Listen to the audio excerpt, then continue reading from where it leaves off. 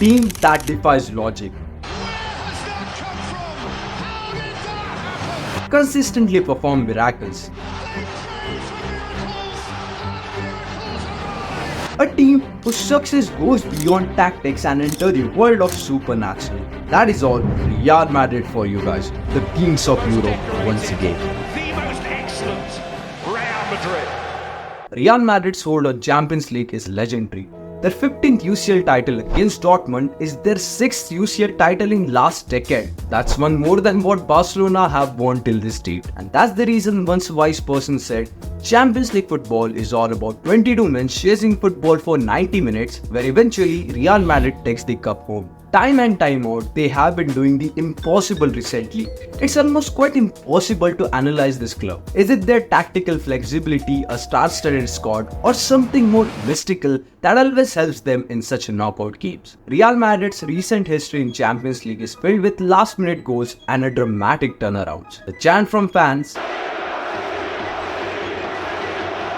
which means like this, Madrid wins like this. And well, this isn't just a slogan, it's a reality played out time and time again on the biggest occasions. Take for instance the semi-final against Bayern Munich last month. With just minutes to spare, Joselu scored twice after coming off the bench, which ultimately booked their place into the finals. By the way, he's the same Joselu who was playing in the second division 2 years ago, but when he signed for Madrid this season, he did the impossible.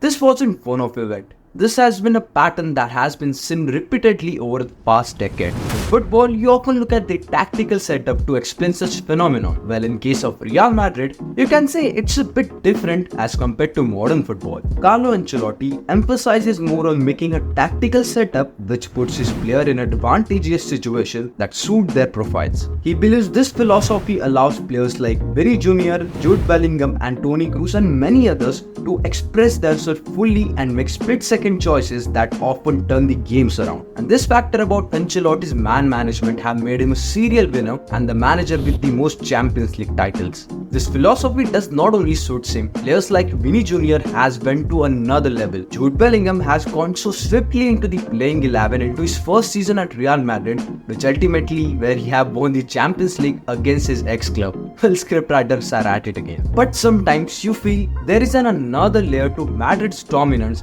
that goes beyond tactics and which is something special and unique. See, luck is a big factor in knockout games and Real Madrid do experience here and there in such games. And as well as, Real Madrid has such a fan base which is almost like a religion. They believe in it so deeply that they are going to win it, no matter where they are. This activates energy and drives the adrenaline in the player's brain to turn the things around. This recent final had almost similar scenario. Real Madrid was the second best team in the first half. Again, they may be lucky that Dortmund didn't took their chances, but later on in the second half, as we all know, Real Madrid will punish you if you don't take your chances. Carvajal scored the header to give Real Madrid the lead. And by the way, he was actually the last person on the pitch you would have picked to score a header because it's just a second UCL goal. But it's the thing again that doesn't have any explanation. Even Madrid's players do sense this club's unique aura. Luka Modric finds it hard to explain the magic at Champions League nights at Bernabeu. Opponents like Thomas Tuchel and City's Pep Guardiola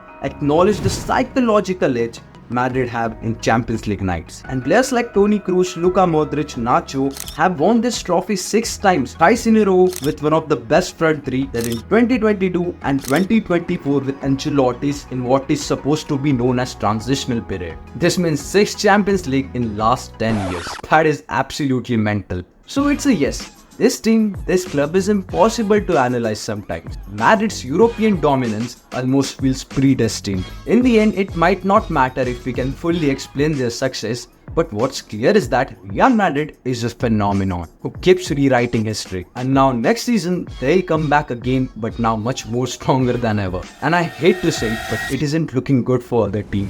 Mbappe has now officially signed for Real Madrid, the team that was already looking pretty spicy.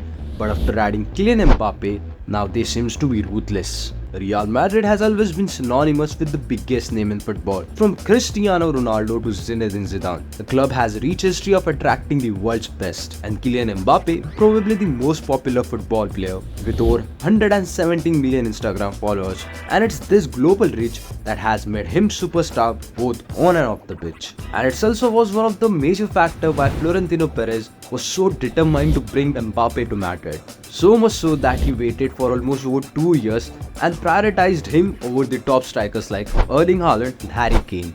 Because of this move, La Liga will also benefit immensely. Even after Ronaldo and Messi era, the league has saw steady growth in revenues, thanks to the rising stars like Pedri, Gavi, Vinicius, Rodrigo, Lamine and many more. But bringing Mbappe now to the league means attracting the many brands that are associated with him. But on the other side, in terms of competitiveness of the league, last season Real Madrid won the league by 10 points in a whole season where they just lost a single game, and they did all of this while suffering the injury crisis. So now adding Mbappe just feels illegal. Well, there are concerns about where he fits into Madrid's starting lineup, and moreover, Madrid's gonna bring another Brazilian superstar, Endrick. And given all the firepower that they already have, I am quite excited to see how Madrid will line up next season. Anyways, this whole new young squad would be a start of a new era, the Galactico 2.0. But now Perez has to make sure this doesn't suffer the same fate as the first Galacticos did.